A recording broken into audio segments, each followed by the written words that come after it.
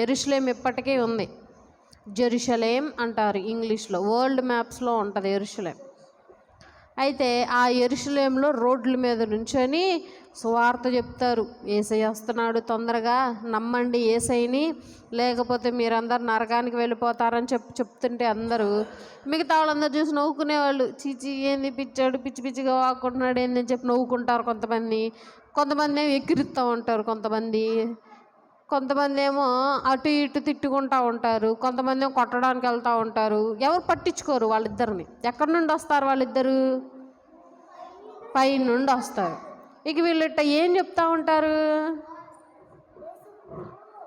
యేసయ్య వస్తున్నాడు, అందరూ దేవుని నమ్మండి అని చెప్తారు. ఇక ఏ ఊర్లో చెప్తారు వీళ్ళు? యెరూషలేము నడి వీధుల్లో. ఎక్కడ? యెరూషలేము నడి వీధుల్లో చెప్తా ఉంటారు.